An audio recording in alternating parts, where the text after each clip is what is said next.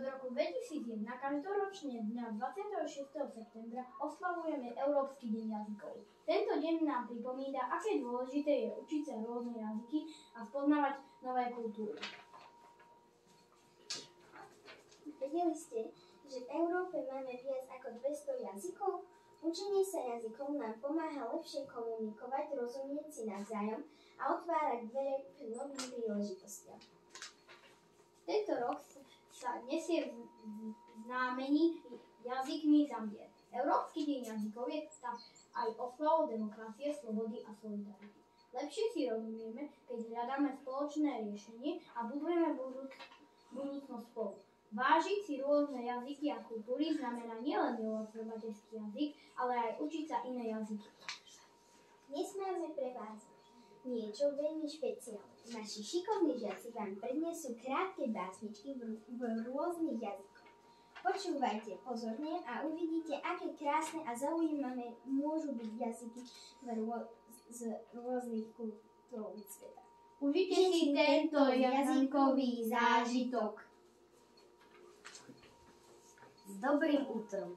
V meste so slničkom stajom, v meste s ptíčkami pajom. S dobrým útrom, s jasným dňom, vo tak slavnom ježeniu.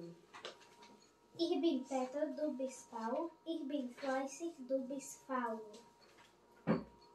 Boci, boci, Teorko, šéfile, šofárka, odam na deň klapni, oholte. J'ai un nom, un prénom. Tu es né en lento. Dis-moi vite ton prénom pour continuer la chanson.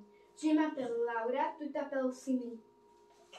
Dve tortuga y un oso ven el queso mantecoso. Quesitos y de quesones, especial para ratones. 1, 2, 3, vieni qui dame. 4, 5, 6, vieni qui tu sei. 7, 8, dammi un pizzicotto. 9, 10, dammi tanti baci.